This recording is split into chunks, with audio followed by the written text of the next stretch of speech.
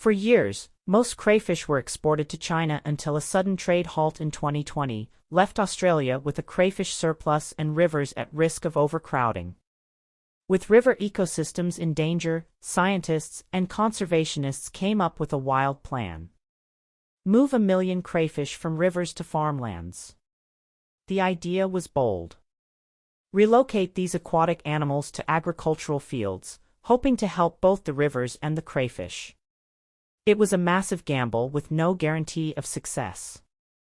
The plan involved capturing, transporting, and releasing a huge number of crayfish into a completely new environment. Could these river dwellers adapt to life on land? The world was about to find out.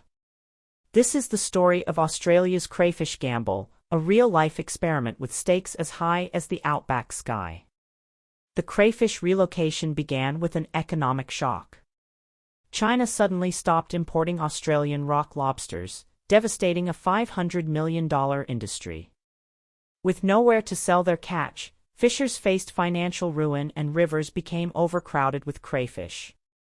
Overpopulation led to fierce competition for food and shelter, threatening the delicate river ecosystem. Too many crayfish meant smaller organisms were being wiped out, and disease risks soared. Scientists knew they had to act fast to prevent ecological collapse. The solution? Move the surplus crayfish to farmlands where they might find new food and shelter. The fields offered space and resources, and the hope was that crayfish could adapt to this radically different environment. This creative plan aimed to relieve river pressure and give the crayfish a second chance. It was a desperate measure, but also a groundbreaking experiment in wildlife management. Could a species thrive after such a dramatic move? The project set out to answer that question with the future of both rivers and crayfish hanging in the balance. Sometimes the wildest ideas are the ones that work. Moving 1 million crayfish was a logistical feat, one that required months of planning, coordination, and a dedicated team of experts. The operation began at dawn with conservation workers and scientists gathering at the riverside site surrounded by crates, nets, and specialized equipment. Teams of fishers and scientists carefully captured only the healthiest crayfish using special nets and pots. Each crayfish was inspected for signs of disease or injury, ensuring only the strongest individuals would make the journey. The selected crayfish were placed in climate-controlled tanks filled with cool, oxygenated river water. These tanks were equipped with advanced filtration and oxygenation systems to minimize stress and keep the crayfish healthy during transport. Drivers took special care, traveling at night or early morning to avoid the harsh sun and keep the crayfish safe. Every stop along the route was carefully planned with regular checks to monitor water quality and crayfish well-being. Upon arrival, the team released the crayfish in small groups into damp, sheltered areas of the fields, never just dumping them on dry land. Each release site was chosen for its moisture, shade, and natural cover, giving the crayfish the best chance to adapt. Every step was methodical and documented. Scientists used checklists and monitoring equipment to track each crayfish's journey, ensuring nothing was left to chance. The operation was a race against time and temperature, requiring precision, teamwork, and constant communication. Every minute counted as the team worked to beat the rising sun. Watching the crayfish move across their new terrain was like witnessing a miniature migration. Thousands of tiny armored pioneers venturing into the unknown. The real test would begin the moment the crayfish touched the soil as they started to burrow and make their new home in the wild. The journey was tough. Crayfish are incredibly sensitive to changes in water quality, temperature, and even the slightest motion. Every moment out of their familiar environment was a challenge, and the team had to monitor conditions constantly to keep them safe. Even with careful transport, stress and injury were constant threats. Some crayfish lost claws or suffered shell damage, and workers had to inspect each one for signs of trauma or illness before moving forward. Coordinating the capture, transport, and release of so many animals was a logistical marathon. Teams worked around the clock, loading crates, checking water quality, and making sure every crayfish had the best chance of survival. Once in the fields, the crayfish faced a world they'd never known: predators, dry air, and unfamiliar food sources. The landscape was harsh with little water and sparse vegetation.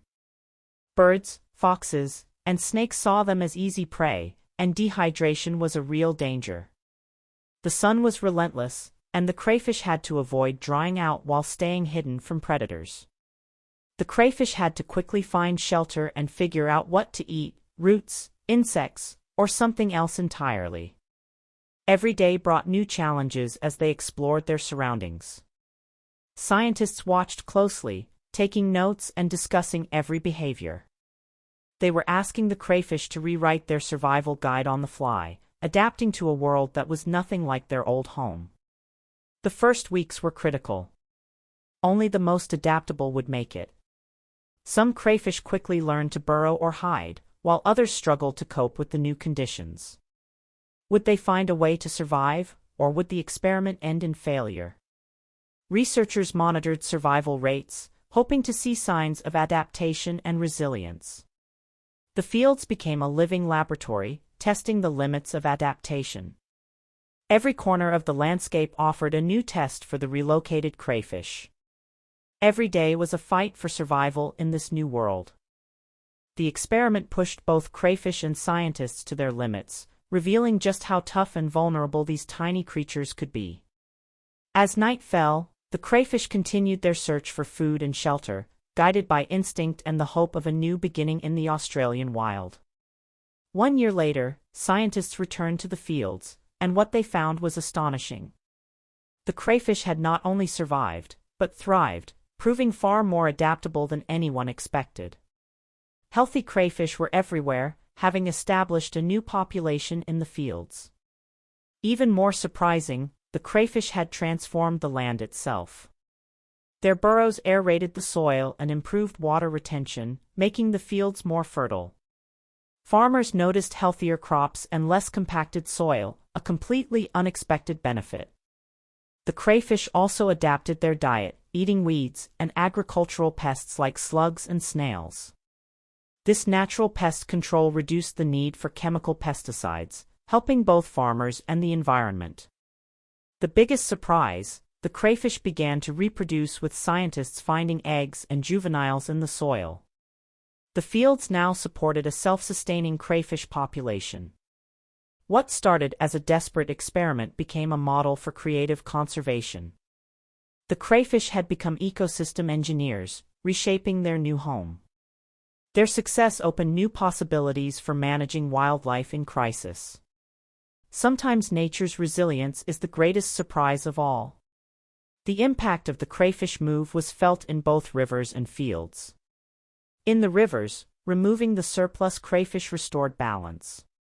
Other species rebounded. Plants regrew and disease risk dropped. The ecosystem healed, showing the power of active management. Meanwhile, the fields evolved into a new kind of ecosystem. Crayfish burrows created habitats for insects, worms, and amphibians, boosting biodiversity. The fields became richer, blending agriculture with a touch of wildness. The experiment revealed how a species' role can change dramatically in a new environment. In rivers, crayfish were keystone species. In fields, they became soil